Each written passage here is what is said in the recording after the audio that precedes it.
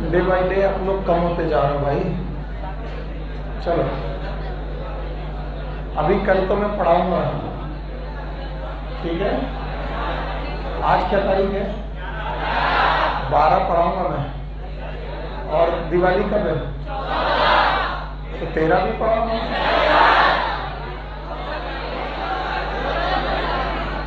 11, 12 और 13, 14 और 15 छुट्टी। Okay, thank you very much. So आज के टॉपिक, पहला पॉइंट, इट इज गैमेटोजेनेसिस।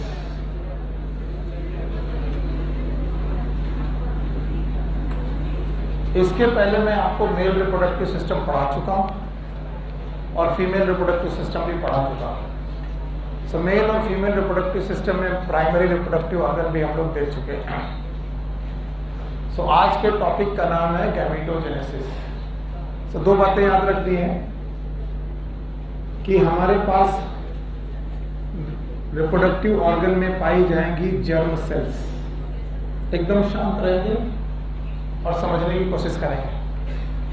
और इन जर्म सेल से गैमीट बनने तक की प्रक्रिया का नाम गैमेटोजेनेसिस। मैंने गैमीट की बजाय गैमीट्स लिखा है। इसका मतलब मैं बताना चाहता हूं कि ह्यूमन के केस में जहां सेक्सुअल डायमॉर्फिज्म प्रेजेंट है, वहां पर दो प्रकार के गैमीट्स हैं। एक प्रकार के गैमीट का नाम है स्पर्म, ये मेल गैमीट है, और दूसरे प्रकार के गैमीट का नाम है ओवा, ये फीमेल गैमीट है। मेल गैमीट के फॉर्मेशन का नाम है स्पर्मेटोजेनेसिस।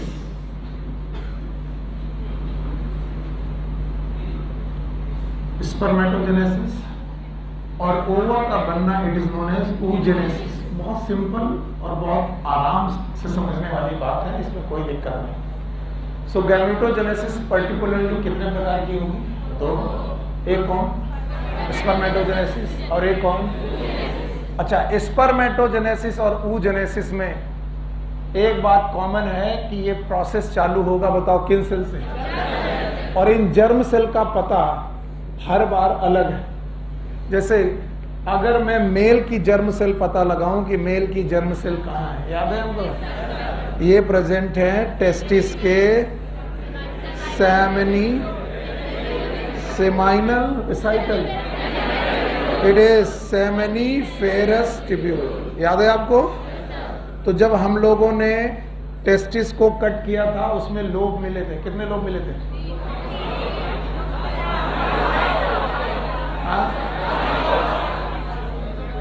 250। भूल गए आप लोग? देखो मैं ऐसे तो भागूंगा नहीं तुमको पूछे बिना, तो तुम बता दो। टेस्टिस में 3 लेयर थी, याद है?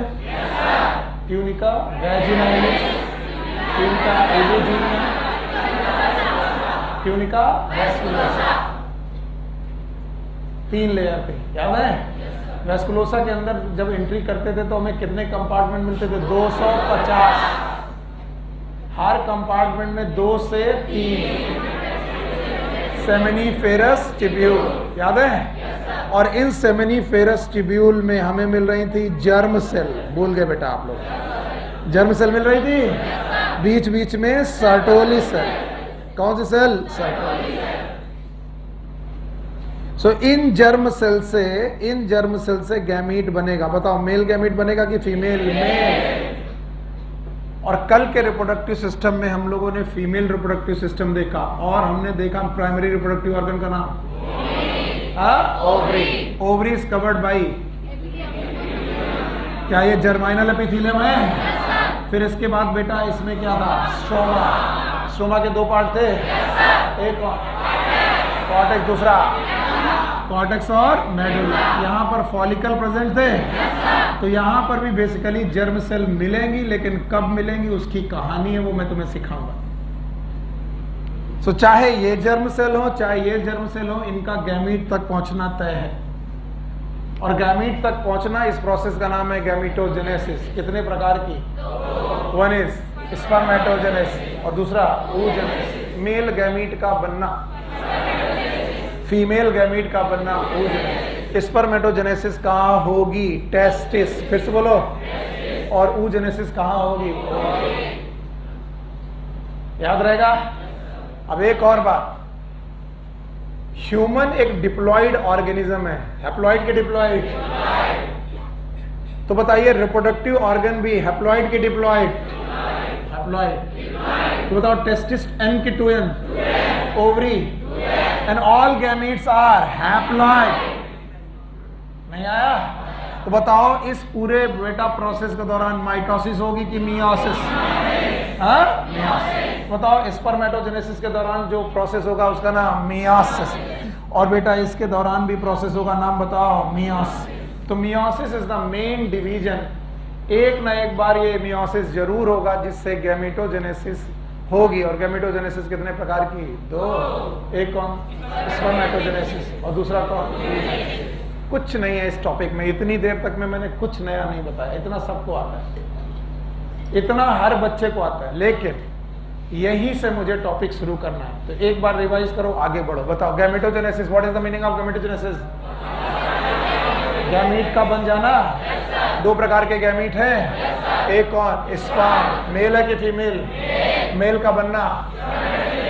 दूसरे प्रकार का ओवा, फीमेल गैमीट है, प्रोसेस का नाम oogenesis। स्पर्मेटोजेनेसिस हो कि oogenesis हो, कहां से चालू होगी? Germ cell. जर्म सेल कहां कहां है, याद है आपको? बताओ जर्म सेल में माइटोसिस की मियोसिस? मियोसिस। तो बताओ जर्म सेल जो होंगी n होंगी कि 2n? और बेटा गैमीट जो होंगे वो n। पक्का? Now here we are going to study about the spermatogenesis.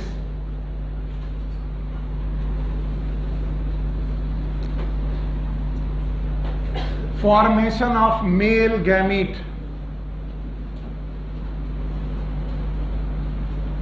एकदम शांत। Male gamete, okay. So whether it is spermatogenesis और oogenesis, वेदर इट इज, नहीं आया हमारे, या हो कि क्या हो? स्पर्मेटोजेनेसिस, या फिर स्पर्मेटोजेनेसिस हो कि oogenesis हो, चार मेन प्रोसेस से ये प्रोसेस होगा, चार मेन इवेंट होंगे। जैसे मैंने कल तुमको पढ़ाया था, मेल रिप्रोडक्टिव ऑर्गन हो कि फीमेल रिप्रोडक्टिव ऑर्गन हो, कितनी हेडिंग में पढ़ेंगे? 5। याद है? तो बिल्कुल यही रहना। बताओ पहला प्रिंसिपल प्राइमरी रिप्रोडक्टिव ऑर्गन, दूसरा एक्सेसरी, पक्का? इसका मतलब वो प्रिजर्व जो तुमने पढ़ा है। और आज पढ़ो, मेल गैमीट फॉर्मेशन हो कि फीमेल गैमीट फॉर्मेशन हो, वो 4 स्टेप या 4 इवेंट से गुजरता है। It is known as PGMT। CPMT की PGMT? याद रखना, जो जर्म सेल है उनमें ये 4 प्रक्रियाएं होंगी, और इन चारों प्रक्रियाओं को मैं लिखूंगा डिटेल में। पहली प्रक्रिया क्या है? P, दूसरा G, फिर M, फिर T। ये रूल है, आपको हमेशा याद रखना है, याद रखना। PGMT का मतलब है प्रोलिफरेशन। बोलो क्या नाम है? P for proliferation. तो जर्म सेल में एक स्टेज आएगी जिसे बोलेंगे हम लोग स्टेज ऑफ प्रोलिफरेशन।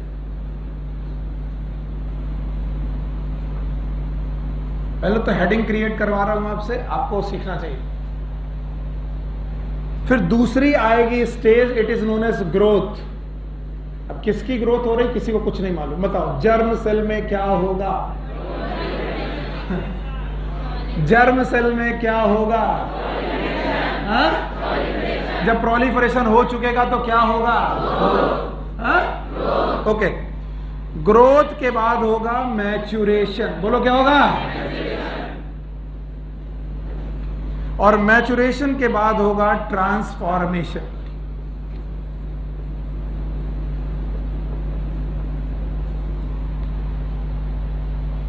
ये जितने भी कोड्स हैं इनको समझाने में मेरी हालत खराब होती है, क्योंकि पता नहीं तुम किस तरीके से पकड़ोगे, मुझे नहीं मालूम। फिर भी हम सबको मालूम है जर्म सेल से एक दिन क्या बनेगा? गैमेट। ये पढ़ा है। अभी भी पढ़ाया था। जर्म सेल से क्या बनेंगे? गैमेट। और कितने इस बेटा इवेंट के साथ? 4। P G M P। What is P? Proliferation, दूसरा ग्रोथ, तीसरा मैचुरेशन, तीसरा ट्रांसफॉर्मेशन। तो क्या जर्म सेल में प्रोलिफरेशन होगा? Thank you very much. फिर ग्रोथ होगी, फिर ओके। अब ध्यान सुनेंगे, सब लोग ध्यान सुनेंगे।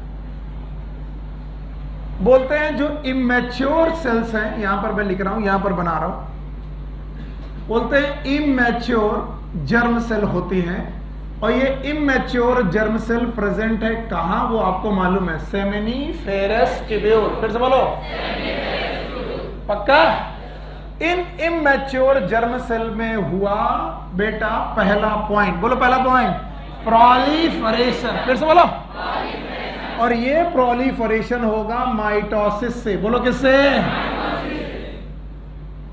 प्रोलिफरेशन का मतलब सेल डिवीजन।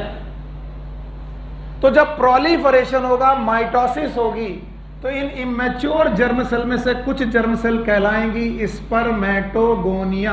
बोलो क्या बोलाएंगे? स्पर्मेटोगोनिया।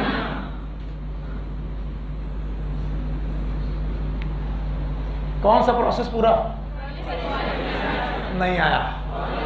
बोलो क्या हुआ? प्रोलिफरेशन। कहां हुआ? डायग्राम बनाना अभी पॉसिबल नहीं है, मैं इसको लिखा रहने दूंगा और आपको डायग्राम भी बना के दिखाऊंगा, इसे लिखा रहने दूंगा। तो मेरे साथ चलते रहो। बोलो, इमेच्योर जर्म सेल में क्या हुआ? प्रोलिफरेशन। प्रोलिफरेशन मतलब सेल डिवीजन। फिर से बोलो, और इस प्रोलिफरेशन के दौरान कौन सा प्रोसेस हुआ? माइटोसिस। और माइटोसिस से क्या बना? स्पर्मेटोगोनिया। फिर से बोलो, बताओ ये N था कि 2N? तो स्पर्मेटोगोनिया भी 2N। Thank you very much. इसके बाद हुई ग्रोथ। बोलो क्या? बहुत ध्यान सुनना। ग्रोथ में एक्चुअली फिर से डिवीजन हुए, इन डिवीजन का नाम है फिर से माइटोसिस। मियोसिस की माइटोसिस। लेकिन ग्रोथ के साथ साथ डिफरेंशिएशन भी हुआ। बोलो क्या हुआ? Differentiation. And that's why it is known as mitotic differentiation. बोलो क्या नाम है? तो अगले दिन मैं पूछूं कि ग्रोथ का दूसरा नाम, ये जो मैं लाइन लिख रहा हूं ये एनसीईआरटी में लिखी है। तो बताओ स्पर्मेटोगोनिया में क्या हुआ? पूछने पे कुछ भी नहीं बता रहा। माइटोसिस। और जब माइटोसिस डिफरेंशिएशन हुआ तो बना प्राइमरी स्पर्मेटोसाइट। बोलो क्या नाम है?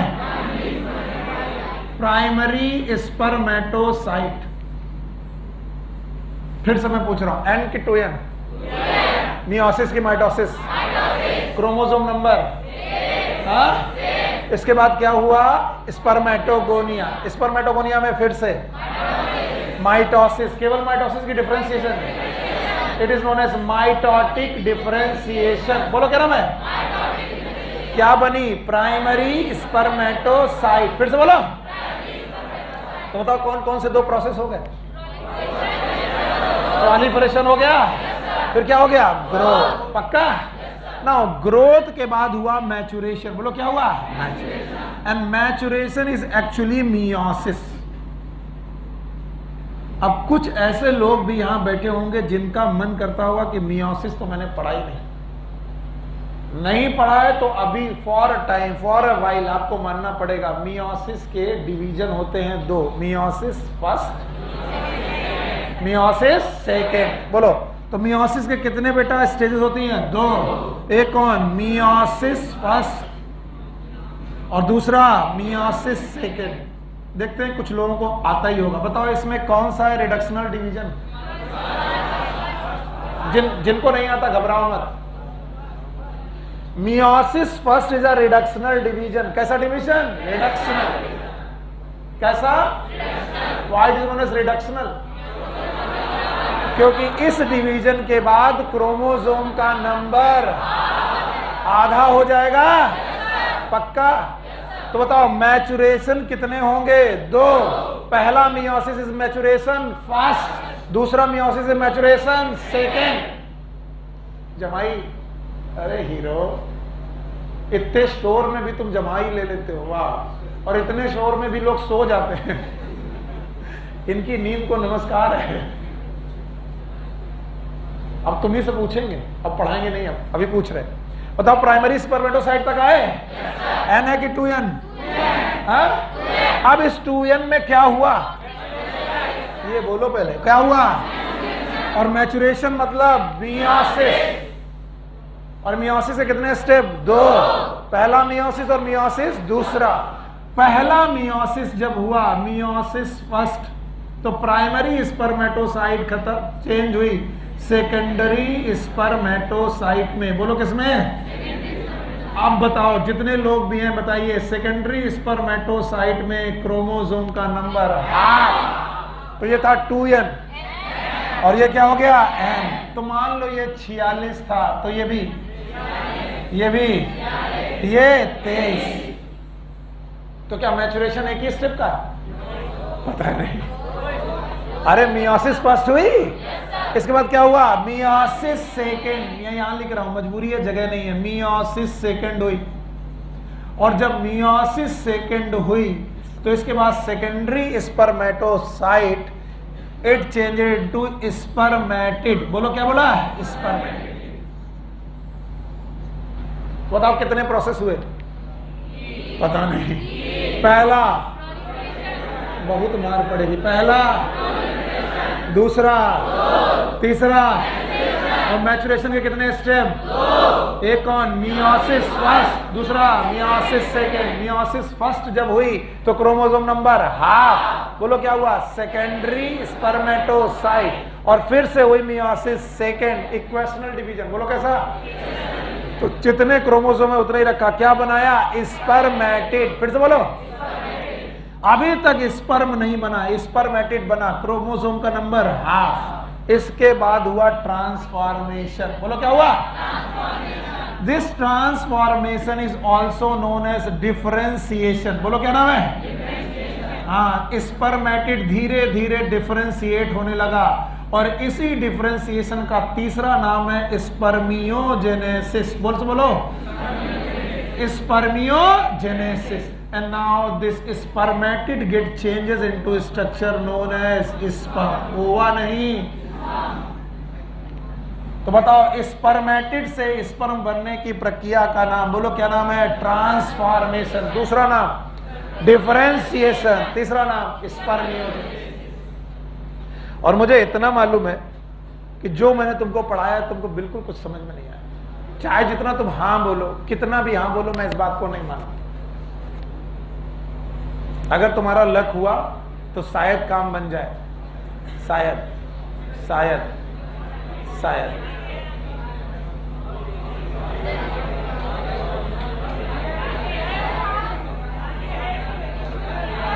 आगे है और आगे, ये नहीं चाहिए, इवेंट चाहिए, इवेंट।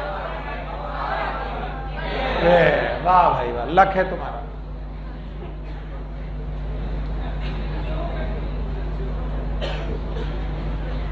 जो तुमको एनसीईआरटी देती है वो मैं देकर बता रहा हूं। क्या लिखा है? Mitosis differentiation. क्या लिखा हुआ है? एक minute, I am going to try it once.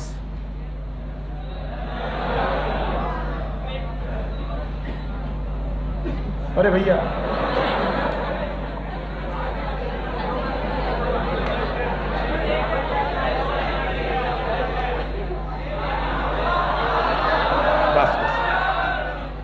मत करो, ट्राई मत करो। जो तुम कर रहे हो हम सब करके छोड़ दिए। अब बेकार में मार खा जाओगे, क्या फायदा होगा? और इस उम्र में अब बार बार मार खाओ, अच्छा भी नहीं लगता। लगता है अच्छा? अरे ठीक क्या बेटा, मैं चाह रहा हूं पीछे वाले भी देख ले बस। Okay, thank you. जो मैं पूछ रहा हूं वो बताना। बताओ ये क्या दिख रहा है? ये और ये सर ने तो ये नहीं पढ़ाया, सर ने पढ़ाया पीजीएमटी। बोलो क्या पढ़ाया? पीजीएमटी। पी वाला पोर्शन आपकी एनसीईआरटी ने आपको नहीं बताया। ये क्या है? जी। ये क्या है? एम। M1 और M2। मैचुरेशन कितने फेज हैं? 2। और it is T. What is T? Transformation. अच्छा बताओ, क्या हमारे पास जर्म सेल हुआ करती थी? और जर्म सेल में प्रोलिफरेशन हुआ? प्रोलिफरेशन मियोसिस से हुआ कि माइटोसिस? हाँ, उनमें से कुछ बनी स्पर्मेटोगोनिया। बताओ कौन सा प्रोसेस पूरा हो गया? प्रोलिफरेशन। बोलो कौन सा हो गया? नाउ प्रोलिफरेशन के बाद क्या मिली? बताओ, जर्म सेल N की 2N, स्पर्मेटोगोनिया। ये मैं अपनी लाइनें पढ़ा रहा हूं कि एनसीईआरटी? हाँ, तो एनसीईआरटी सीखो। अब बताओ, स्पर्मेटोगोनिया में क्या हुई? ग्रोथ। ग्रोथ मतलब मियोसिस की माइटोसिस, और माइटोसिस डिवीजन की डिफरेंशिएशन। तो growth is nothing but mitosis differentiation. और क्या बना? Primary spermatocyte. N था कि 2N? बोलो। और अभी भी क्या हो रही है? माइटोसिस। N की 2N। इसमें हुआ मैचुरेशन। क्या हुआ?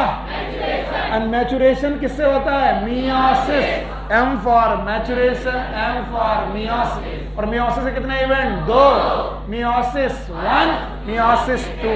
मियोसिस फर्स्ट में रिडक्शनल डिवीजन हुआ, primary spermatocyte converted into secondary spermatocyte. Chromosome number half हुआ। नाउ सेकेंडरी स्पर्मेटोसाइट में मियोसिस सेकेंड, मियोसिस, और उसके बाद क्या बना? स्पर्मेटिड्स। बोलो क्या बना? और स्पर्मेटिड में हुआ ट्रांसफॉर्मेशन। बोलो क्या नाम है? 3 नाम बताए मैंने। Transformation, differentiation, spermiogenesis. कुछ नहीं आया? आया? अभी डायग्राम भी बनाऊंगा। अभी तो केवल चार्ट है, डायग्राम भी बनाऊंगा। अब ध्यान से देखो, ये बताओ क्या है? इसके पहले कौन सी फेज हो चुकी है? जर्म सेल थी। थोड़ी मदद कर दो, बस थोड़ी मदद कर दो। यहां जर्म सेल थी। उनमें क्या हुआ? पी। What is P? क्या बनी? उनमें क्या हुआ? पीजी हो गया। बताओ क्या बना? Primary spermatocyte. इसमें क्या हुआ? मैचुरेशन। मैचुरेशन कितना? मियोसिस। मियोसिस कितने? 2। Meiosis 1, meiosis second. फिर स्पर्मेटिड बना। स्पर्मेटिड में क्या हुआ? ट्रांसफॉर्मेशन। PGMT। नहीं आया? अब देखो, शायद वो भी कोई ट्रू नहीं है, जरूरी नहीं है। बताओ हमारे पास क्या है? हाँ? क्या हुआ? हाँ?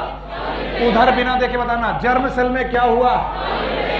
क्या बनी? स्पर्मेटोगोनिया। उसमें क्या हुआ? ग्रोथ मतलब माइटोसिस डिफरेंशिएशन। क्या बनी? Primary spermatocyte. उसमें क्या हुआ? मैचुरेशन। मैचुरेशन पहले में सेकेंडरी स्पर्मेटोसाइट, दूसरे में गए बेटा, गए स्पर्मेट, गए। जिस तरीके से हिक्कप्स, हिचकियां आप लोगों को आ रही है ना, उस तरीके से हम मानेंगे नहीं कि नहीं तुमको आया है। एक छोटा सा कॉम्प्लिकेशन। कैसे फिजिक्स समझते होगे तुम लोग? जब बायोलॉजी में ये हाल है तो फिजिक्स में जब वो रोटेशनल में आता होगा, सर्कुलेटरी सिस्टम, वो सर्कुलेशन। मुझे दुनिया का सबसे खतरनाक चैप्टर वो रोटेशन लगता था। आपको समझ में आ जाता है? और फिजिक्स में एक चैप्टर और था जो मेरा दिमाग खराब ही करते रहता था। हमें आज तक कभी रे ऑप्टिक्स समझ में नहीं आया कि कब इन्वर्टेड बनेगा, कब बोले अब इन्वर्टेड बनेगा, हाँ। कब मैग्नीफाइड बनेगा, कब क्या होगा हमें नहीं समझ, कब प्लस साइन कब माइनस साइन नहीं समझ। बड़े खुश हैं। इसके बावजूद भी मेरा सिलेक्शन हुआ भाई। क्या गजब फिजिक्स रटी थी मैंने। अब वो समय नहीं कि फिजिक्स रटी जाए। बतकही खत्म, क्योंकि सास भी कभी बहू थी।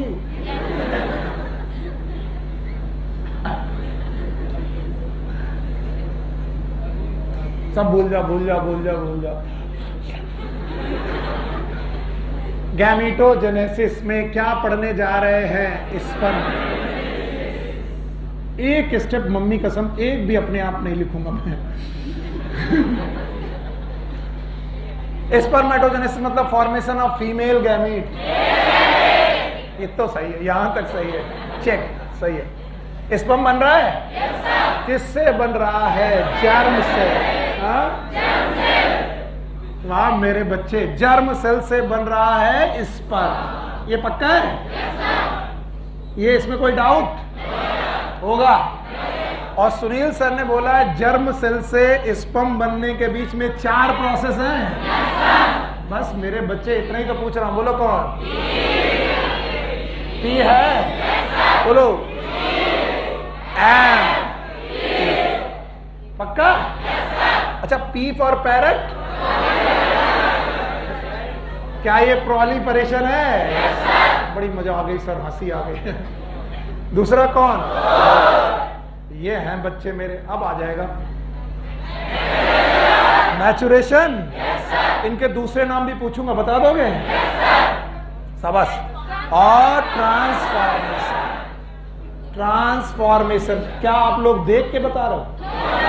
जिसने भी इधर उधर से टीपा मारा उसको भी मम्मी कसम है। अच्छा, प्रोलिफरेशन मियोसिस से कि माइटोसिस? ये रहे हीरो यार, शाबाश। अच्छा, ग्रोथ में माइटोसिस की माइटोसिस माइटोटिक डिफरेंशिएशन। अरे वाह मेरे बच्चे, अभी तो लग रहा कि तुम्हें आ गया, वाकई आ गया। यानी पहला वाला बोलता माइटोटिक डिफरेंशिएशन, दूसरे बोलता हो। तो 10 को आया 20 चिल्ला दिए हो, ऐसे मत करना। मैचुरेशन आया? मैचुरेशन में 2 हैं, मियोसिस। अब तो किसी को नींद नहीं आनी घर में जाके। अच्छा, कितना डेसिबल अगर बढ़ जाए तो उसे नॉइज माना जाता है? 80 डेसिबल से ज्यादा अगर हो तो उसे नॉइज बोला जाता है। इस समय तुम कम से कम 130 डेसिबल में हो। तो मैचुरेशन हो गया। इसके बाद ट्रांसफॉर्मेशन का भी नाम है, बता पाओगे? डिफरेंशिएशन। अच्छा, मैंने चालाकी से वो लिख दिया जो एनसीईआरटी में लिखा है। एनसीईआरटी में ये लिखा है, mitosis, mitotic differentiation, meiosis first, meiosis second, differentiation. पक्का? अब मैं इनके बीच में फिल इन द ब्लैंक्स करने वाला हूं, तुम कर भी दोगे। जर्म सेल में क्या हुआ? मायने क्या हुआ? तो क्या बनी? स्पर्मेटोगोनिया। वाह, देख रहे हो क्या? देखना नहीं, बस थोड़ी देर मत देखना, आए चाहे ना। स्पर्मेटोगोनिया में क्या हुआ? मायने क्या? क्या बनी? Primary spermatocyte. प्राइमरी स्पर्मेटोसाइट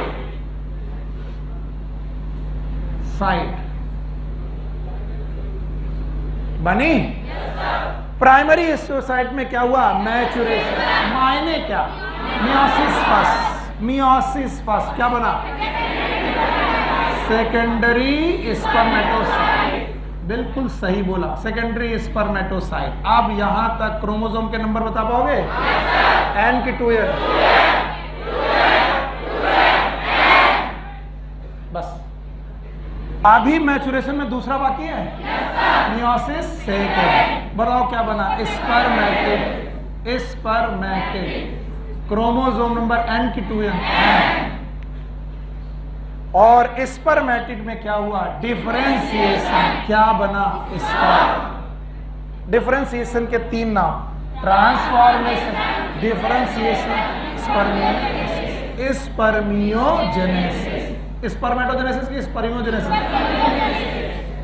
पक्का? अभी नहीं आया? अब डायग्राम देखो सब लोग। क्या आपको सेमिनिफेरस ट्यूब्यूल याद है? वो भी नहीं याद है? याद है? सेमिनिफेरस ट्यूब्यूल की इस एपिथेलियम का नाम जर्मिनल एपिथेलियम। फिर से बोलो। पक्का? जर्मिनल एपिथेलियम में कौन सी सेल? जर्म सेल में क्या हुआ? प्रोलिफरेशन। बताओ प्रोलिफरेशन के बाद बनने वाली सेल का नाम स्पर्मेटोगोनिया। जो एनसीईआरटी का डायग्राम में बना रहा हूं, बताओ इन सेल का नाम क्या? ये स्पर्मेटोगोनिया है। अभी वो डायग्राम भी एनसीईआरटी का दिखा दूंगा मैं। स्पर्मेटोगोनिया में माइटोटिक डिफरेंशिएशन हुआ। बताओ कुछ सेल जो बाकी सेलों से अलग हो गई, नाम बताओ। Primary spermatocyte.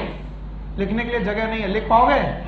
चलो यहां लिख देते हैं, प्राइमरी स्पर्मेटोसाइट।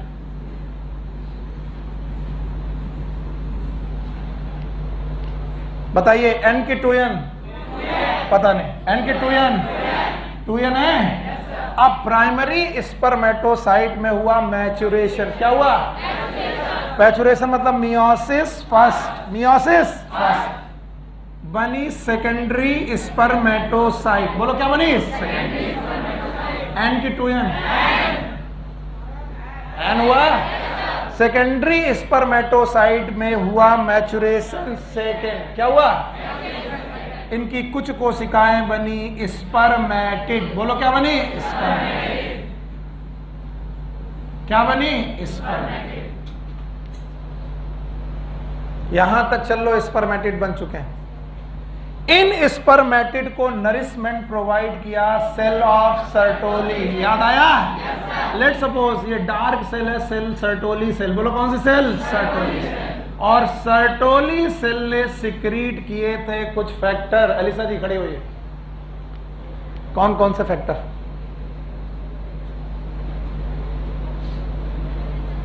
आइए डंडा लाओ भाई।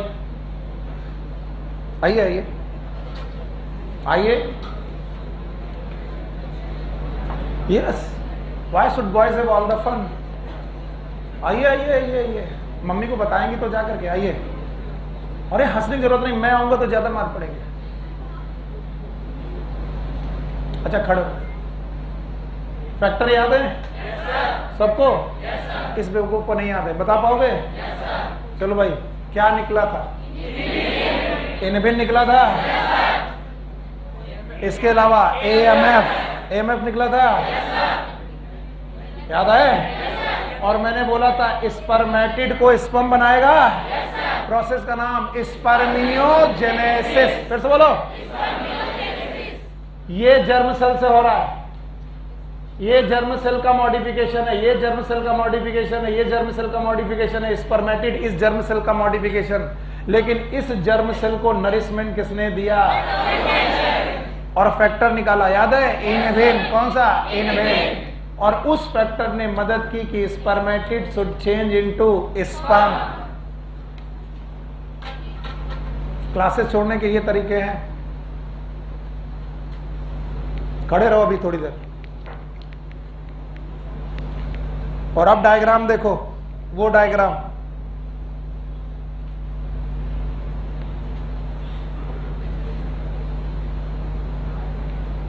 से देखिए ये क्या है? जर्म सेल वाली लाइन, जर्माइनल एपिथेलियम। मैच्योर की इमैच्योर? इमैच्योर। बताओ ये क्या है? हाँ, स्पर्मेटोगोनिया। प्रोसेस का नाम प्रोलिफरेशन। फिर से बोलो।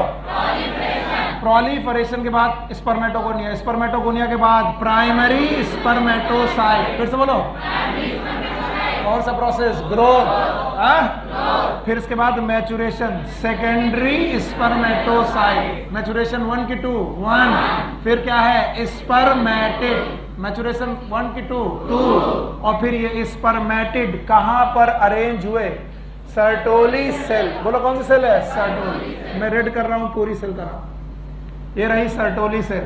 और इस सर्टोली सेल में स्पर्मेटिड आके अटैच हुआ, नर्सिंग सेल बनाती है और it will change into sperm. किसमें चेंज किया? स्पर्म। बैठिए। PGMT। What is P? Proliferation. What is G? What is M? What is T?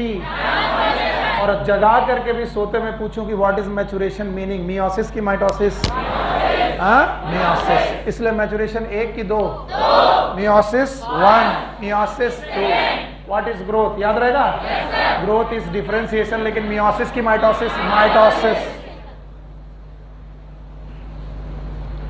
और अभी ये खत्म नहीं हुआ है, अभी इसका हार्मोनल कंट्रोल पूरा पढ़ना है, ताकि ये डायग्राम जब तुम देखो तो घबराओ नहीं। बोलो फिर से, ये क्या है?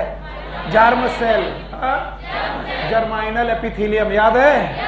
इसके बाद स्पर्मेटोगोनिया, जर्माइनल एपिथेलियम से स्पर्मेटोगोनिया कैसी बनी? प्रोलिफरेशन। फिर प्राइमरी स्पर्मेटोसाइट कैसे बनी? और फिर सेकेंडरी स्पर्मेटोसाइट, मैचुरेशन 1। और फिर स्पर्मेटेड, मैचुरेशन 2। और फिर sperm by Sertoli cell, Sertoli cell ना होती तो स्पर्मेटेड कभी स्पर्म में चेंज। और जो मैंने पीजीएमटी बढ़ाए हैं उससे ज्यादा इंपॉर्टेंट हैं एनसीईआरटी के लाइन। सो मेरी लाइनें बेकार जाएं, लेकिन एनसीईआरटी की लाइनें मत जाएं। एनसीईआरटी बोलती है पहले होगा ग्रोथ, ग्रोथ नहीं बोलती, माइटोसिस। क्या बोलते हैं? माइटोसिस। फिर माइटोसिस डिफरेंशिएशन, फिर मियोसिस 1, फिर मियोसिस 2, फिर डिफरेंशिएशन। एनसीईआरटी देखो क्या क्या लिखा है।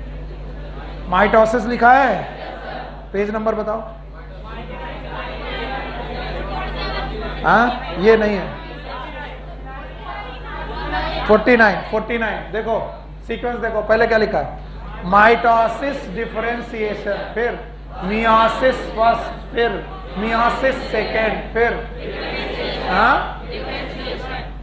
तो आप मेरी पीजीएमटी वाला फॉर्मूला भूल जाओ, चलेगा, बिल्कुल चलेगा। वो तो मेरा तरीका है सिखाने का, पर क्या नहीं भूलना है? एनसीईआरटी।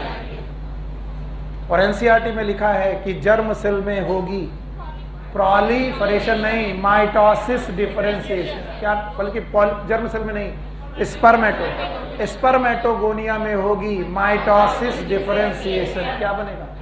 Primary spermatocyte. फिर होगी मियोसिस फर्स्ट, क्या होगा? Secondary spermatocyte. फिर होगा मियोसिस सेकेंड, स्पर्मेटिक। फिर होगा डिफरेंशिएशन। फिर और जो अच्छे बच्चे हैं वो इस पूरे को समअप करेंगे अपने तरीके से, और तरीका है पीजीएमटी। और इसीलिए मैं अपने तरीके जरूर सिखाता हूं कि एक बार अगर बच्चा सीख लेगा तो रट्टा नहीं मारेगा, एक निमोनिक्स के थ्रू काम करेगा। बोलो, what is P? Proliferation. What is G? What is M? Maturation में कितने स्टेप? 2। नंबर 1 मियोसिस, दूसरा meiosis. What is T? Transfer. ये जरूरी नहीं है कि आप याद करें, ये टीचर टू टीचर वेरी करते हैं। ये बातें दूसरा टीचर बोलेगा तुम्हारे सर ने बिल्कुल गलत पढ़ा दिया, बेवकूफ है तुम्हारे सर। तुम बोलना ठीक है, बेवकूफ है, लेकिन सर ये हमारे तरीके हैं याद करने के। पर हम जानते हैं कि हमारे सर ने ये तो एनसीईआरटी से पढ़ाया है। बताओ, स्पर्मेटोगोनिया में माइटोटिक डिफरेंशिएशन क्या बना? उसमें मियोसिस फर्स्ट, सेकेंडरी स्पर्मेटोसाइट, उसमें मियोसिस सेकेंड, स्पर्मेटिक, उसमें डिफरेंशिएशन। और ये जो डिफरेंशिएशन हो रहा है वो किन सेल में हो रहा है? Sertoli cell. फिर से बोलो। तो स्पर्मेटिड जो बन चुके हैं वो कहां जाएंगे? Sertoli cell. और किसी को मालूम नहीं कि सर्टोली सेल कहां है। इसलिए पहले दिन की क्लास बड़ी इंपॉर्टेंट हो जाती है। जब मैंने टेस्टिस पढ़ाया था यहां पर जर्म सेल थी, बीच बीच में सर्टोली सेल थी।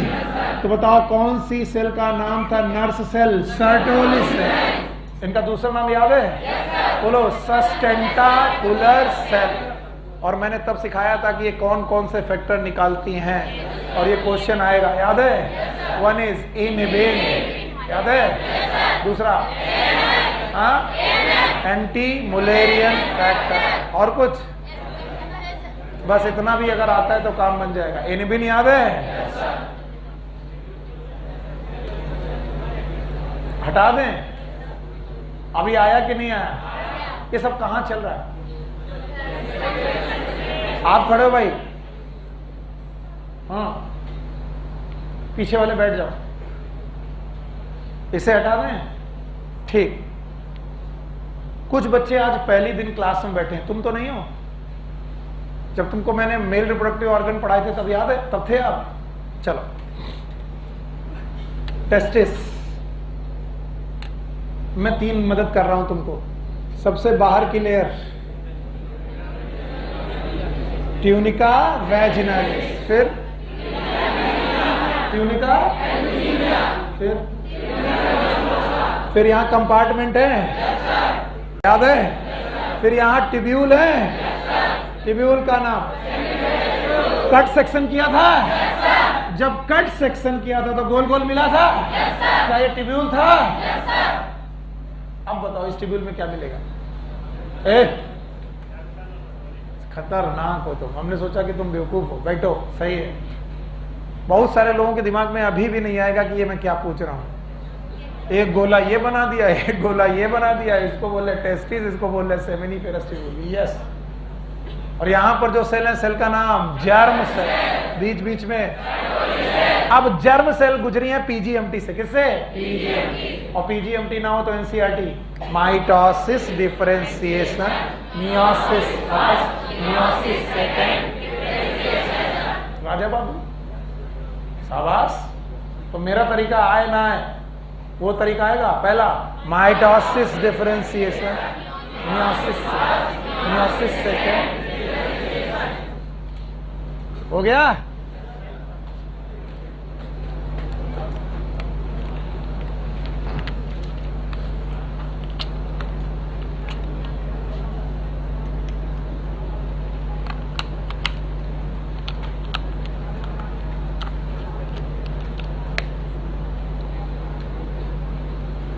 हाँ, अब पक्का मुझे मालूम है कि तुम अब नहीं भूलोगे, और जब भूलना तो पीजीएमटी को दोहराना। पीजीएमटी याद रहेगा? ठीक है। अब आपका हार्मोनल कंट्रोल सिखाने की कोशिश कर रहा हूं मैं। हार्मोनल कंट्रोल, ये भी एक छोटा सा पैराग्राफ है, हेडिंग नहीं है लेकिन पैराग्राफ। हार्मोनल कंट्रोल इन स्पर्मेटोजेनेसिस। स्पर्मेटोजेनेसिस के दौरान कौन कौन से हार्मोनल कंट्रोल होते हैं, यह सीखना पड़ेगा। पहला point, spermatogenesis start at puberty. ये पॉइंट ध्यान समझना। स्पर्मेटोजेनेसिस ये स्टार्ट होती है प्यूबर्टी में।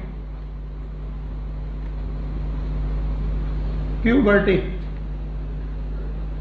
प्यूबर्टी वो एज है जो लाइफ स्पेन के दौरान, मैंने फर्स्ट ट्रांजिशन पढ़ाया था। किसी को लाइफ स्पेन याद है? yes, भूल गए सर, वो भी भूल गए। याद है? बताओ। बर्थ था और डेथ की नेचुरल डेथ।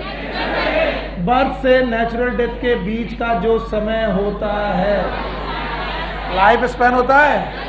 इसमें 3 अवस्थाएं बताई थी, बचपन, जवानी, बुढ़ापा।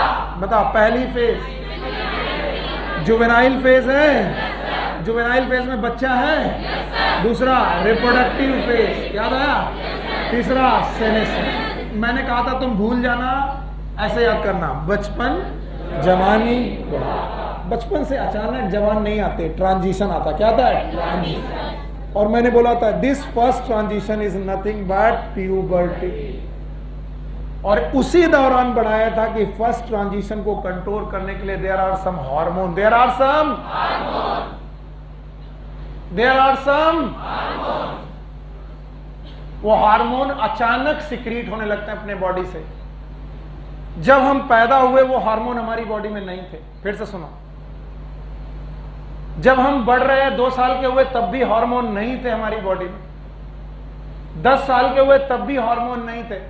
13-14 साल की उम्र तक आते आते अचानक वो हार्मोन आ गए। कहां से आए, उसका कारण सुनो।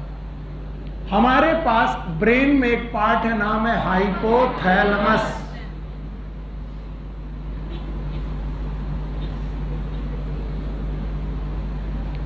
पढ़ाने का तो मन बहुत करता है, लेकिन तुम वैसे में उग जाओगे। बताओ कौन सा?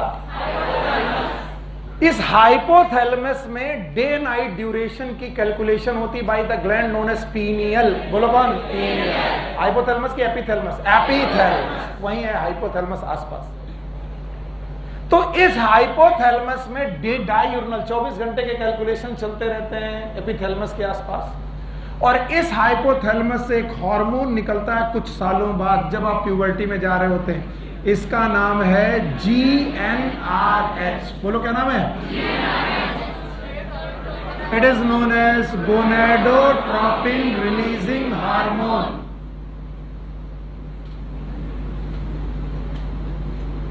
Gonadotropin releasing hormone. तो बताओ GN का मतलब क्या है? गोनेडोट्रोपिन।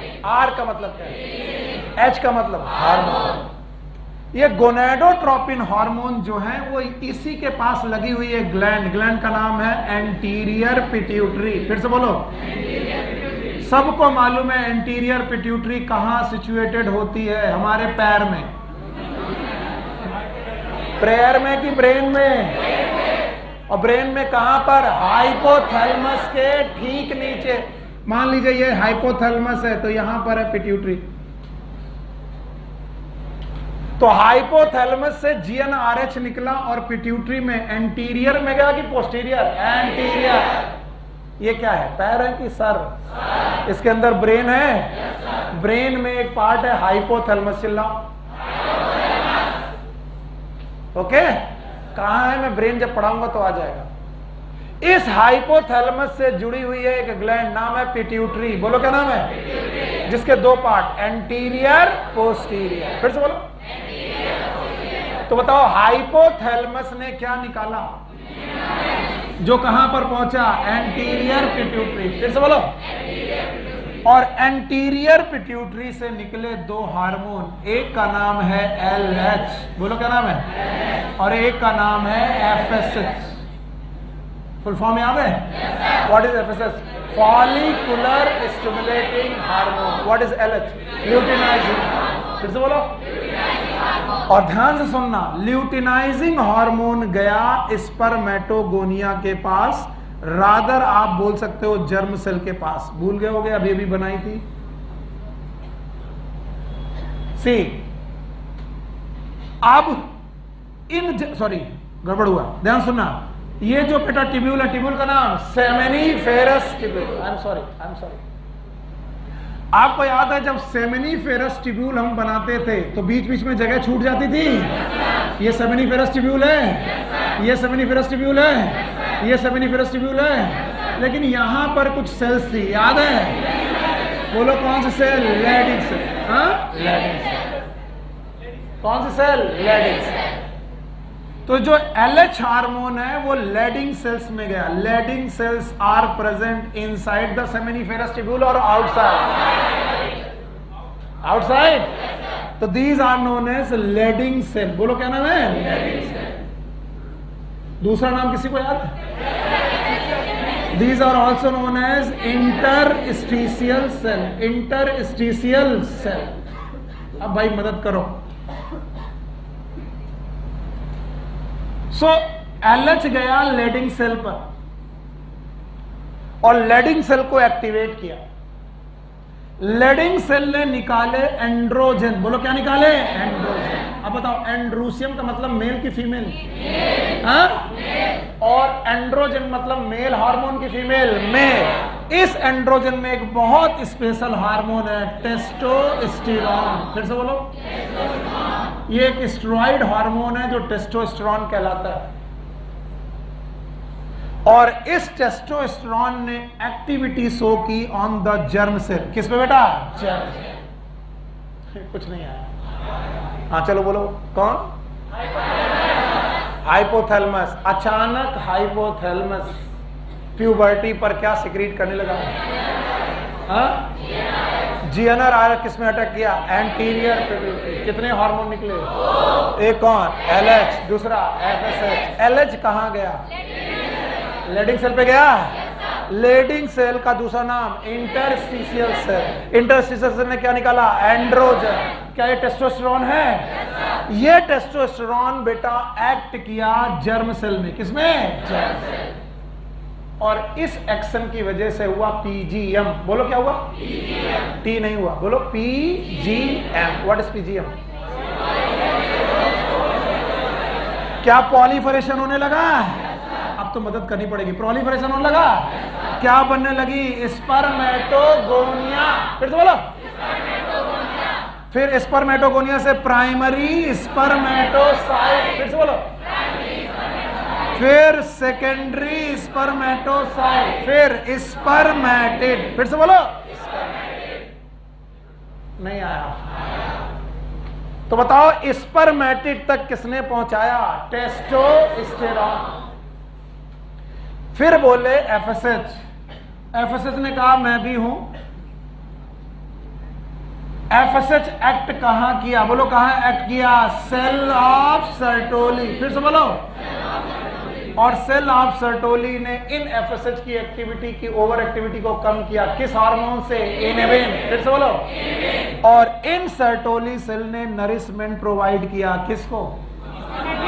स्पर्म को कि स्पर्मेटिड? स्पर्मेटिड। हाँ, और कुछ ऐसे फैक्टर निकाले जिससे स्पर्मेटिड चेंज हो गया स्पर्म, किसमें? स्पर्म।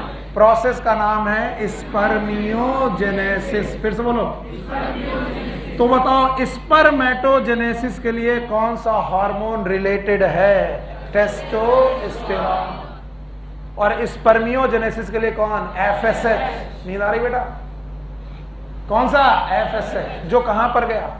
सर्टोली। सर्टोली सेल से फैक्टर निकले जिसने स्पर्मेटिड को किसमें कन्वर्ट किया? स्पर्म।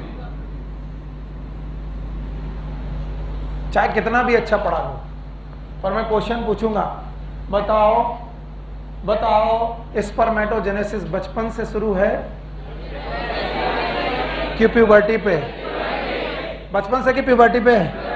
प्यूबर्टी पर ही क्यों शुरू हुई? पता नहीं। प्यूबर्टी पर ही क्यों शुरू हुई? क्योंकि प्यूबर्टी में ही एक हार्मोन निकला, किससे? हाइपोथैलेमस से। उसका नाम जीएनआरएच है, full form gonadotropin releasing hormone.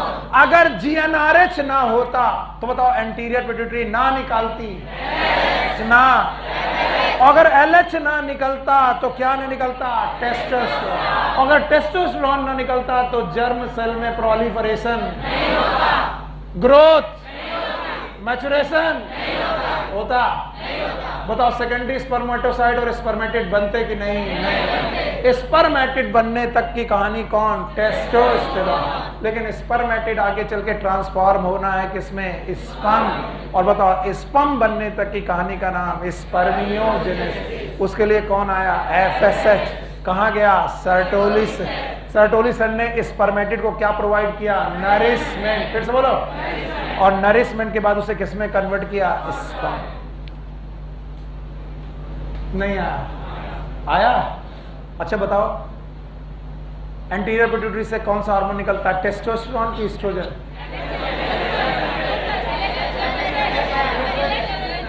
बेवकूफों, ना टेस्टोस्टेरोन ना एस्ट्रोजन। कहां का हार्मोन है ये? चिल्ला चिल्ला के बोला मैं टेस्टिस का एस्टेरोन हूं। मैं बोलो कौन? टेस्टोस्टेरोन। पल्ले नहीं पड़ा। टेस्टोस्टेरोन ओवरी से निकलता है, टेस्टिस से। टेस्टिस में सेमिनिफेरस ट्यूब्यूल से निकलता है। कहां से? लेडिंग से। बायोलॉजी में नाम ही अपनी आप में डेफिनेशन है, बताया था। Yes sir. पर हमें क्यों मालूम चले? हम क्यों पता करें? टेस्टोस्टेरोन का नाम टेस्टोस्टेरोन क्यों है? कल्लू क्यों नहीं है? टेस्टोस्टेरोन का नाम टेस्टोस्टेरोन इसलिए क्योंकि वो कहां बनता है? टेस्टिस में। पल्ले पड़ रहा है? बायोलॉजी तो चिल्ला चिल्ला करके बोलती कि मेरे नाम में मेरी डेफिनेशन है, क्यों इधर उधर घूम रहा? क्यों टीचर्स के पीछे परेशान है? क्यों सुनील सर के पीछे परेशान है? खुद पढ़ ले। लेकिन तुम पढ़ोगे नहीं। लेकिन ये कैसे पता चलेगा कि किस नाम का मतलब क्या है? उसके लिए चाहिए सुनील सर। हाँ, अब बताओ, बता पाओगे?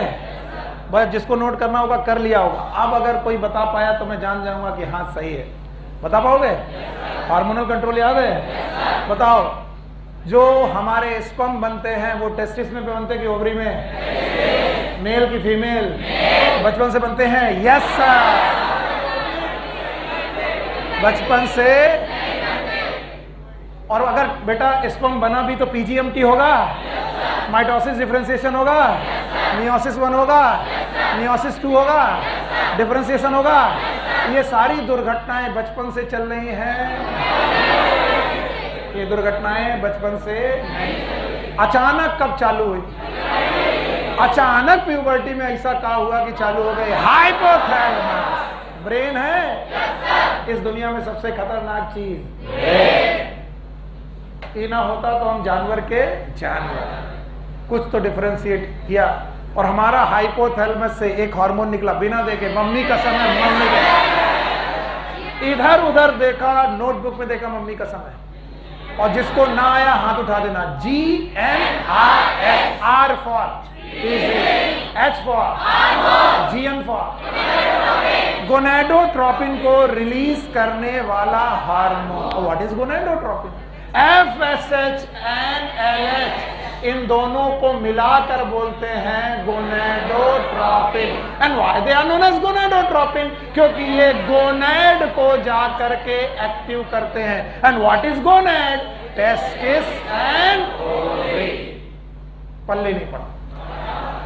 फिर तो सुनो, FSH और LH को बोलते हैं गोनेडोट्रोपिन क्योंकि ये किसको एक्टिवेट करते हैं? गोनेड। बचपन से 14 साल तक उम्र तक ये गोनेड जो इनएक्टिव पड़े रहे, अचानक उनको एक्टिवेट किया किसने?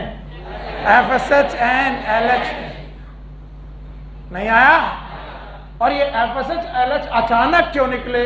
क्योंकि GnRH ने कहा कि हम अचानक निकलेंगे।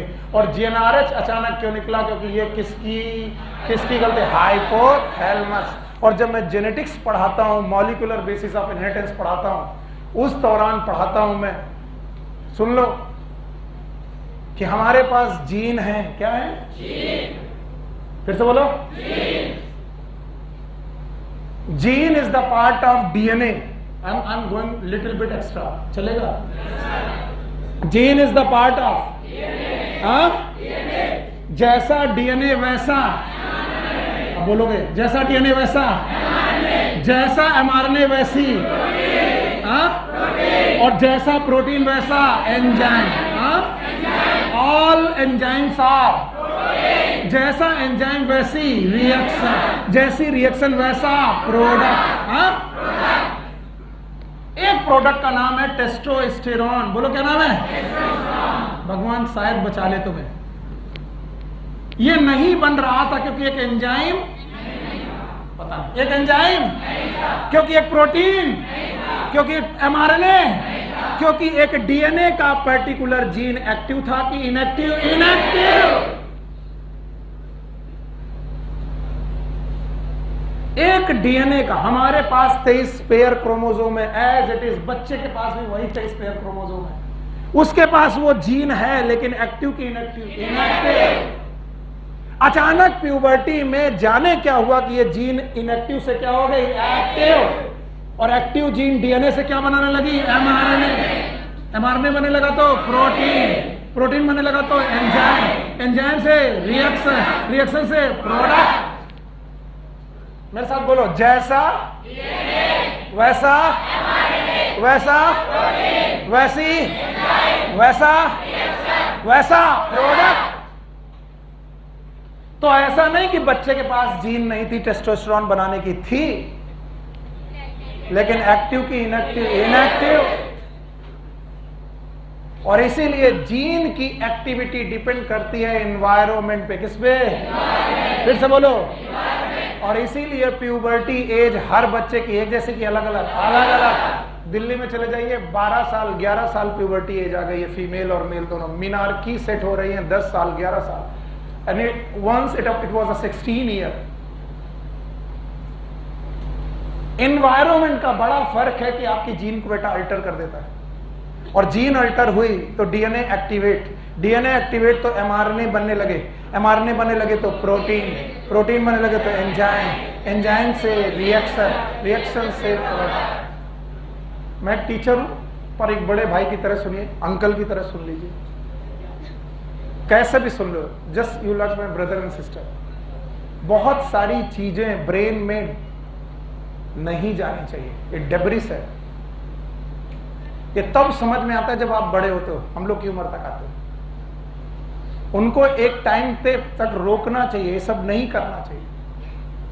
आजकल के इंटरनेट के यूजेस, मोबाइल के यूजेस आपकी जीन की इन एक्टिविटीज को डिस्टर्ब कर रहे हैं, इसीलिए कुछ समय से पहले जीन एक्टिवेट हो रहे हैं और उनकी वजह से आपकी बॉडी की मेटाबॉलिज्म गड़बड़ हो रही है, और इसलिए कम एज में बच्चों को स्ट्रेस हो रहा है, टेंशन हो रहे हैं, बच्चे सुसाइड कर रहे हैं। आपको लगता होगा ये नॉर्मल चीज है, जब आप डॉक्टर बनोगे तो तुम्हें पता चलेगा suicidal tendency just because of serotonin. एक हार्मोन है सेरोटोनिन, क्या नाम है? इसके कंसंट्रेशन कम ज्यादा हो आप में सुसाइडल टेंडेंसी आने लगती है। आपको लगता है अभी मर जाना, बिल्कुल अभी मर जाना। तो बहुत सारी चीजों में ये कह देना कि मैंने ये किया है और बड़ा लगता है ये मैंने कर लिया, बंजी जंपिंग मैंने कर ली, बाइक चलाना मुझे आ गया, तो जितना ये गर्व की बात है कि मैंने ये कर लिया, उससे ज्यादा गर्व की बात है मैंने ये नहीं किया। मैंने सिगरेट, मैंने बियर, मैंने लेट नाइट पार्टीज, ये गर्व की बात है, पर तुम लोग को समझना नहीं है। साइंस और मोरल साइंस इसलिए दोनों जरूरी है। साइंस पढ़ते पढ़ते हम मोरल साइंस भूल गए और हमारा ब्रेन क्रिमिनल एक्टिविटीज में क्यों बढ़ता है? एक नॉर्मल सा देखने वाला बंदा आपके बगल में बैठा हो सकता है जो क्रिमिनल हो सकता है, आपकी बात नहीं है। आप ट्रेन से जा रहे हो, पता चला सब बगल में क्रिमिनल बैठा, just because there are some hormone which get disturb. मैं अपने टॉपिक से अलग हो गया, चलो अब आओ। GNRS याद है? Thank you. कहां से निकला? आगे बढ़ पाओगे? कहां गया? Anterior pituitary. एंटीरियर पिट्यूटरी पे गया, गोनेडोट्रोपिन निकले, GnRH ने गोनेडोट्रोपिन निकाले, GnRH ने GN निकाले। What is GN? FSH और FSH follicular stimulating, LHS luteinizing hormone. Leydig cell पे गया, लेडिंग सेल पे जाने के बाद उसने हार्मोन निकाला, नाम बताओ? टेस्टोस्टेरोन। टेस्टोस्टेरोन निकला, जर्म सेल पे काम किया, PGM किया। What is PGM? पॉलीमरेशन। और अपनी बुक के हिसाब से माइटोसिस, डिफरेंशिएशन, मियोसिस, यहां तक हुआ। बताओ, स्पर्मेटिड बन गई, स्पर्मेटिड नर्स सेल के पास गई, नरिशमेंट देने लगी, फैक्टर निकला, इन्हिबिन याद है? स्पर्मेटोजेनेसिस में हेल्प किया और अंततः स्पर्म बन गए। क्या बन गए? स्पर्म। स्पर्म के बनने के बाद इन स्पर्म को सेमिनिफेरस ट्यूब्यूल के ल्यूमेन में छोड़ दिया गया। कहां छोड़ दिया गया? ल्यूमेन में छोड़ दिया गया। This process is known as spermiation. बोलो क्या नाम है?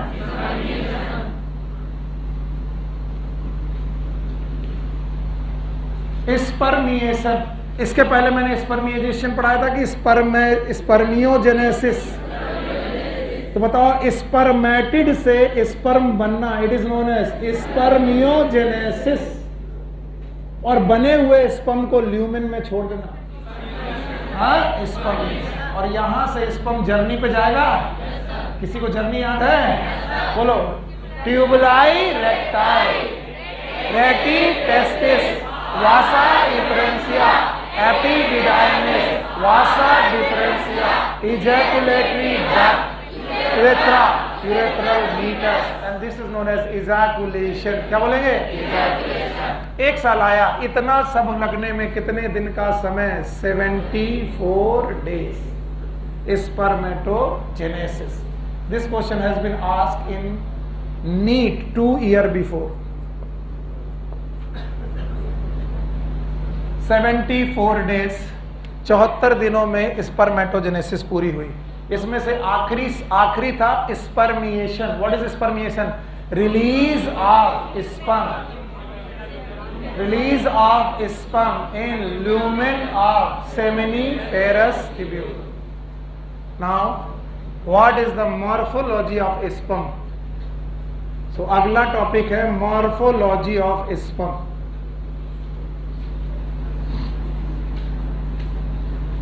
हेडिंग नहीं है, पैराग्राफ है। मैं इसको हेडिंग के रूप में पढ़ाता हूं। First of all, sperm is a cell because gamete is a cell. तो हम इसे गैमीट को सेल मानकर ही पढ़ेंगे। पूरे स्पर्म में टोटल 3 या 4 पार्ट, एनसीईआरटी तो 3 बोलती है, मैं 4 बोलता हूं। देखता हूं। पहला हेड, दूसरा नेक, तीसरा मिडिल पीस और चौथा टेल। तो जब आप स्पर्म को देखोगे तो स्पर्म में टोटल कितने पार्ट? 4। पहला कौन? हेड, दूसरा नेक, तीसरा मिडिल पीस और इसके बाद टेल। और ये एक सेल है। क्या है? सेल। तो मैं तो अपने बच्चों को बोलता हूं अगर सेल है तो बताओ सेल वॉल होगी? Yes sir. अबे आइटम ये एनिमल है, यहाँ सेल वॉल? हाँ यस सर, होगी। सेल वॉल की सेल मेम्ब्रेन, सेल मेम्ब्रेन। पहले एक सेल के बारे में सोच लो, फिर स्पर्म के बारे में सोचे। स्पर्म तो बात की कहानी है, स्पर्म एक सेल है, यही बहुत बड़ी बात है। बताओ क्या इसमें प्लाज्मा मेम्ब्रेन होगी? सेल वॉल भी होगी। क्या इसमें न्यूक्लियस होना चाहिए? अरे मैं स्पर्म की बात नहीं कर रहा हूं, नॉर्मल सेल की बात कर रहा हूं। नॉर्मल सेल बताओ क्या प्लाज्मा मेम्ब्रेन होनी चाहिए? न्यूक्लियस होना चाहिए? गोल्गी बॉडी होने चाहिए? माइटोकॉन्ड्रिया होने चाहिए? साइटोप्लाज्म होना चाहिए? सब चीज में यस सर बोल लो, अब भटकना मत। हाँ सर, तो चाहे हेड हो, चाहे नेक हो, चाहे मिडिल पीस हो, चाहे टेल हो तो तुम। और औकात तुम्हारी कितनी है? तो तुम्हारे अंदर मिलेगा क्या? Nucleus, Golgi body, mitochondria, cytoplasm, centriole. बताओ एनिमल सेल में सेंट्रियोल होते हैं? Yes sir. तो भैया इन्होंने कहा कि सबसे पहले हेड, और उस हेड में प्रेजेंट है कैप। क्या प्रेजेंट है? कैप। आप मत बनाइए, मुझे बनाने दीजिए, आपको अपने आप आ जाएगा।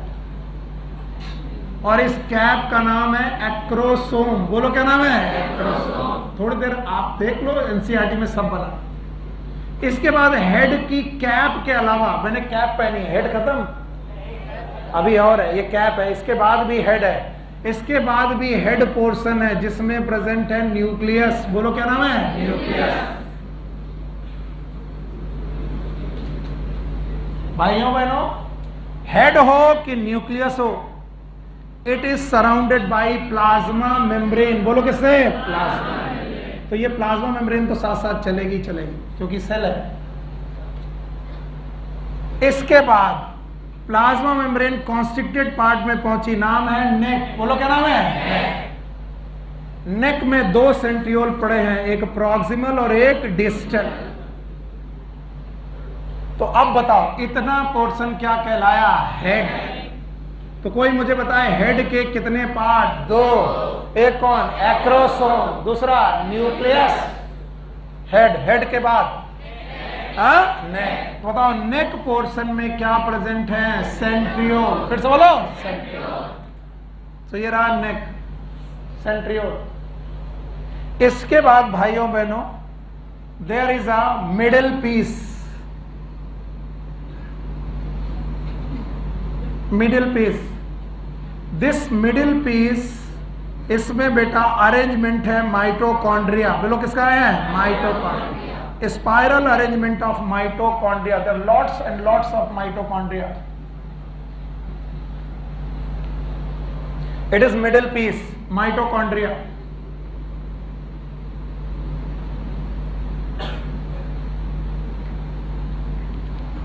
इसके बाद ध्यान से सुने, this middle piece is also surrounded by plasma membrane.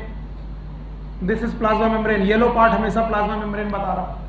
Now ध्यान से देखेंगे, प्रॉक्सिमल और डिस्टल सेंट्रियोल में से डिस्टल सेंट्रियोल से एक फिलामेंट निकला है, नाम है एक्सियल फिलामेंट। बोलो क्या नाम है? फिर से बोलो, एक्सियल फिलामेंट। और इस एक्सियल फिलामेंट को सराउंड करने के लिए again there is a plasma membrane.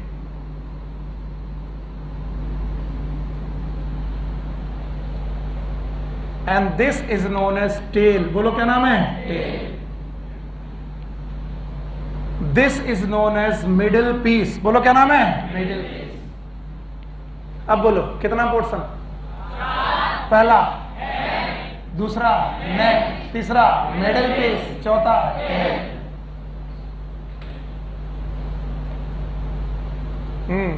नींद आ रही है? ये जो एक्रोसोम है इसमें बहुत सारे एंजाइम प्रेजेंट है। क्या प्रेजेंट है? एंजाइम।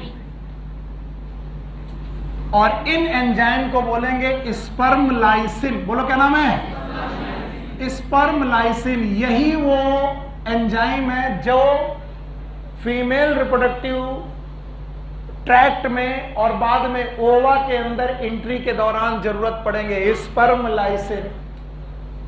और याद रखना enzymes are protein. Enzymes are protein बनती ER में। कहां पर? ER। फिर से बोलो RER। बोलो रफ एंडोप्लाज्मिक रेटिकुलम। लेकिन पैक हमेशा गोल्गी बॉडी में। किसमें? तो बताओ यहां पर पैक फॉर्म में प्रोटीन है, तो बताओ acrosome is derive from Golgi body.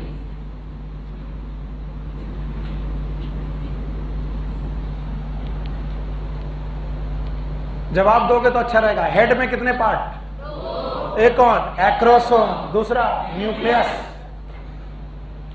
इसके बाद नेक में क्या प्रेजेंट है? सेंट्रियोल। फिर से बोलो सेंट्रियोल। एक की दो? दो। एक कौन सा? प्रॉक्सिमल और एक डिस्टल। डिस्टल से फिलामेंट निकला है। फिलामेंट का नाम एक्सियल फिलामेंट। फिर से बोलो।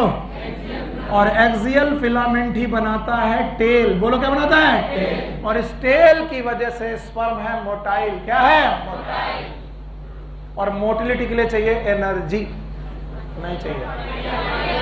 क्या चाहिए? एनर्जी। और सेल में एनर्जी का स्रोत ATP। What is ATP?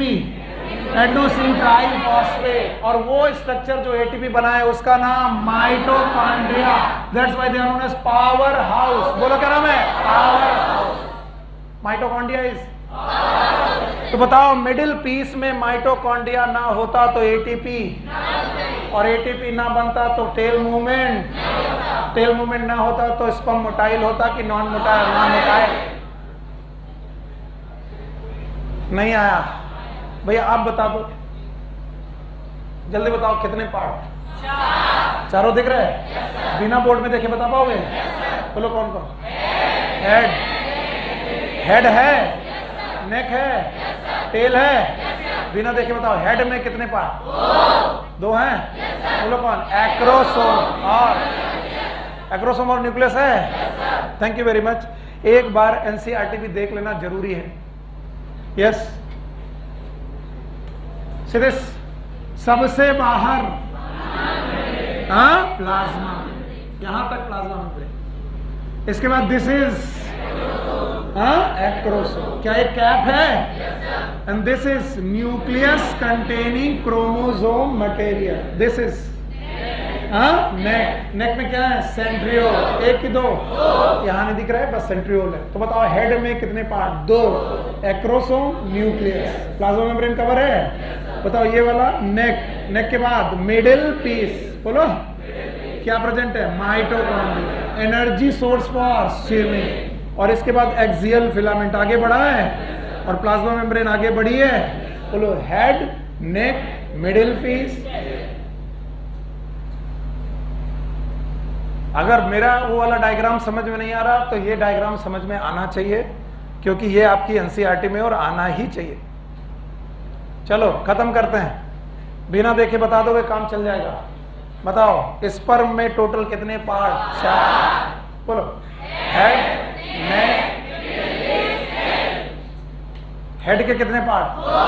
Number 1 acrosome. दूसरा एक्रोसोम किससे बना है? Golgi body. एंजाइम है, स्पर्म लाइसिन बोलेंगे। दूसरा पार्ट न्यूक्लियस है, क्रोमोसोम होगा।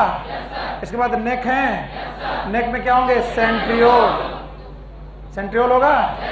फिर इसके बाद मिडिल पीस है, मिडिल पीस का नाम माइटोकॉन्ड्रिया। क्या किसी को मालूम है इस माइटोकॉन्ड्रिया के स्पेशल अरेंजमेंट का नाम? It is known as nebenkern. बोलो क्या बोलेंगे? नेबेनकर। ओके, बोल सके।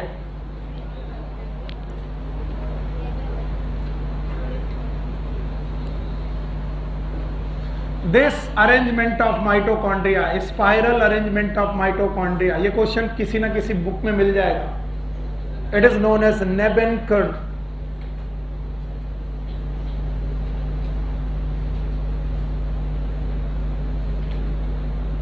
अच्छा बताओ, माइटोकॉन्ड्रिया क्या पावर हाउस है? पावर हाउस है तो एटीपी जनरेट करेगा, और इस एटीपी से किसको मूवमेंट मिलेगा? Tail. Okay, thank you very much. हटा दें? चलो फिर वापस चलते हैं अपने पॉइंट पर। तो हेड हो गया, नेक हो गया। नेक में क्या है? सेंट्रियोल। मिडिल पीस में क्या है? माइटोकॉन्ड्रिया। माइटोकॉन्ड्रिया के बाद क्या है? टेल। टेल में एक्सियल फिलामेंट है, प्लाज्मा मेम्ब्रेन है। अब ध्यान से सुनना, ध्यान से। इसके पहले भी मैंने पढ़ाया था आपको, स्पर्म जब इजैकुलेट होते हैं, इनका नाम स्पर्म नहीं होता बल्कि होता है सीमेन। फिर से बोलो, सेमाइनल प्लाज्मा पढ़ाया था, कंटेंट याद है? बोलो 10%। बहुत अच्छे बच्चे। 10%, 60% किसका सिक्रीशन है? Seminal vesicle. सेमाइनल वेसाइकल का सिक्रीशन है, वेरी गुड। 30% प्रोस्टेट ग्लैंड का सिक्रीशन है, और मैंने बता दिया था इनमें फ्रक्टोज है, एंजाइम है, कैल्शियम है, पोटेशियम है, जिंक है, दूसरे जिंक भी है, एंजाइम है। ये जब सीमेन इजैकुलेट होता है, ध्यान सुनना, ये डॉक्टरी की कहानी है। सीमेन का जो वॉल्यूम है, it is not given in your NCERT, but right it down. It is around 2 to 4 ml पर इजैकुलेशन, और एवरेज हम इसे मानते हैं 2 ml। डॉक्टर इसे एवरेज 2 ml मानते हैं, और जिनमें से वो मानते हैं कि हर ml में 100 से लेकर 100 से लेकर के 150 मिलियन स्पर्म होने चाहिए पर ml। इस कैलकुलेशन के हिसाब से पर ml में 100 से 150 हैं, और निकल कितना रहा? 2 ml। तो बताओ हर इजैकुलेशन में कितने? 200 से 300 मिलियन स्पर्म निकलते हैं।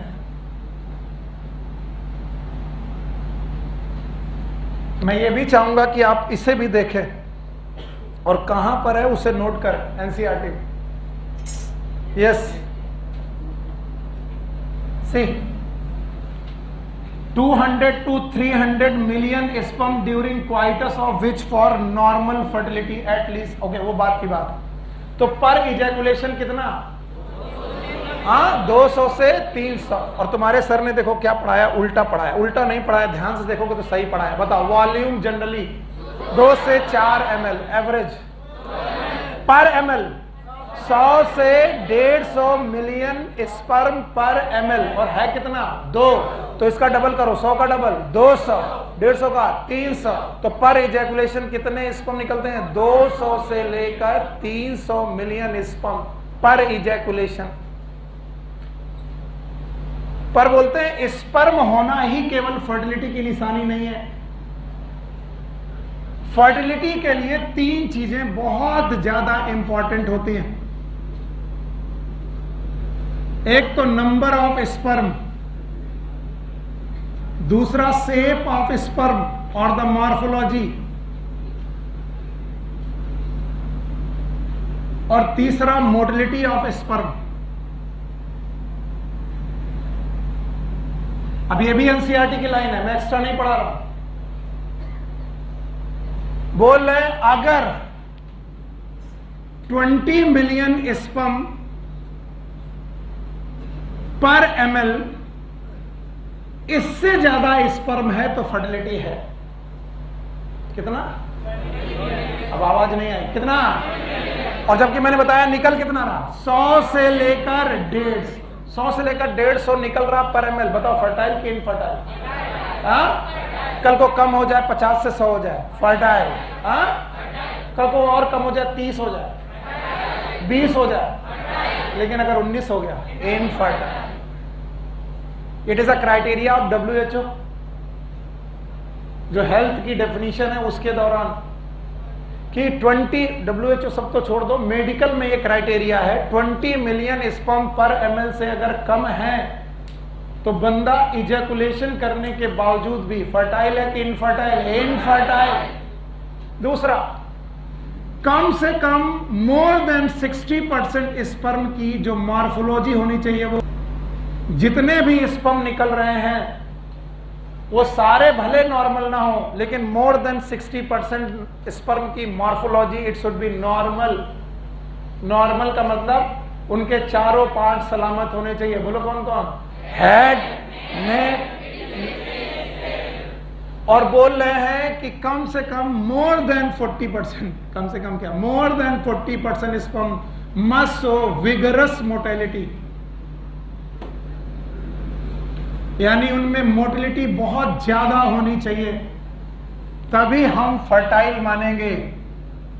अगर ये नहीं हुआ तो बंदा फर्टाइल होगा कि इनफर्टाइल? इनफर्टाइल। जब आप डॉक्टर बनोगे और आप डॉक्टर बनेंगे और आप में से कुछ लोग गायनेकोलॉजिस्ट बनेंगे, और जब गायनेकोलॉजिस्ट बनेंगे तो आपके पास पर डे 10-12 कपल तो आएंगे जो इनफर्टिलिटी के लिए बारे में बोलेंगे भैया 4 साल हो गए शादी को, बच्चे नहीं हो रहे। बिल्कुल हंसने की जरूरत नहीं, नॉर्मल बीमारी है। बोले 4 साल शादी को हो गए, बच्चे नहीं हो रहे। पुराने समय पर इस सब का दोष फीमेल को देते थे। पुराने समय पर जब हम लोग स्टडी नहीं जानते थे कि क्या होती है इनफर्टिलिटी, तो हम लोग ये सारा का सारा थोप देते थे फीमेल पे कि बाज औरत है, इसको तो बच्चे नहीं होने, भगा दो, इसका तलाक कर दो, दूसरी शादी कर दो। और ऐसे बहुत केसेस हुए हैं पुराने समय पर। आज हम जानते हैं कि इनफर्टिलिटी केवल फीमेल से हो ऐसा जरूरी नहीं है। हो सकता है फीमेल नॉर्मल हो, क्या हो, फीमेल नॉर्मल और मेल बेटा एबनॉर्मल हो। ये मानना थोड़ा मुश्किल होता है, अच्छा मेल है एबनॉर्मल, पर ऐसा है। आप एबनॉर्मल कब है? जब इजैकुलेशन नहीं हो रहा है, everything is fine, ejaculation is fine, but ejaculation में स्पर्म का नंबर बढ़ गया कि घट गया? घट गया। तो कोई क्राइटेरिया तो होगा। कितना? 20 मिलियन स्पर्म पर ml से कम। तो बताओ फर्टाइल कि इनफर्टाइल? और अगर नॉर्मल कंडीशन में 60% से कम हो गए तो बताओ इनफर्टाइल, और अगर मोटिलिटी 40% से कम हो गई तो इनफर्टाइल। तो क्या मेल इनफर्टिलिटी भी इस दुनिया में है? यस। और यकीन मानिए इनफर्टिलिटी की केस में 10 केस में से 7 कौन जिम्मेदार है? मेल। Yes exactly. 10 केसेस अगर आए तो 7 केसेस में मेल प्रॉब्लम में रहते हैं, फीमेल ठीक होती हैं। पर याद रखो हमारी दुनिया, हमारा समाज कितना खतरनाक है और कैसा है। बेटा होगा कि बेटी होगा, रिस्पॉन्सिबल कौन? मेल। और मार कौन खाती है? फीमेल।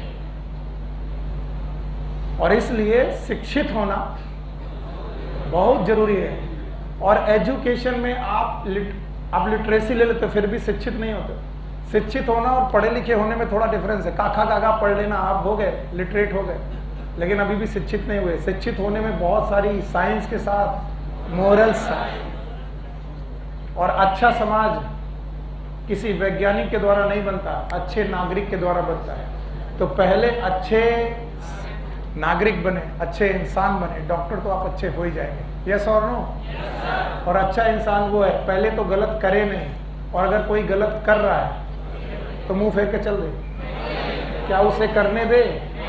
नहीं करने। चलो भाई इसे हटाते हैं।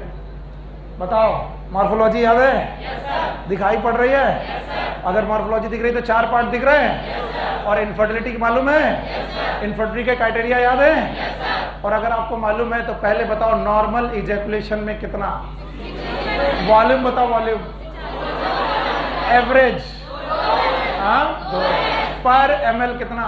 100 से 150। अगर 2 ml है तो 200 से 300। ये नॉर्मल है। लेकिन बेटा अगर बेटा इनफर्टिलिटी हुई तो कुछ कंडीशन बदलेंगी।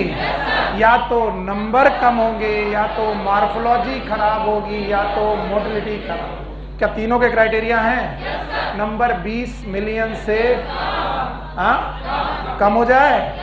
ओके, नंबर 2, अगर बेटा मॉर्फोलॉजी नॉर्मल है तो कितना? मोर देन 60% स्पर्म हेल्दी होने चाहिए। कैसे हेल्दी? यानी उनकी मॉर्फोलॉजी नॉर्मल, और मोर देन 40% स्पर्म की मोटिलिटी, नॉर्मल मोटिलिटी की विगरस, क्योंकि यही वो स्पर्म है जो फीमेल जेनाइटल ट्रैक्ट से मूव करेंगे, because they are ejaculated into vagina. कहां पर? और इन्हें क्या क्रॉस करनी है? सर्विक्स। फिर से बोलो। इसके बाद क्या क्रॉस करनी है? यूट्रस।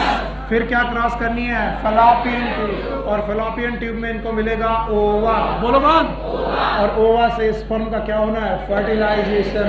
तो बताओ, वेजाइना से मूव करके फैलोपियन ट्यूब तक जाना है तो motility should be vigorous, should be vigorous. याद रहेगा? तो ये थी male gametogenesis for today. Take care, good luck and bye bye. कल मिलते हैं 11:30 बजे।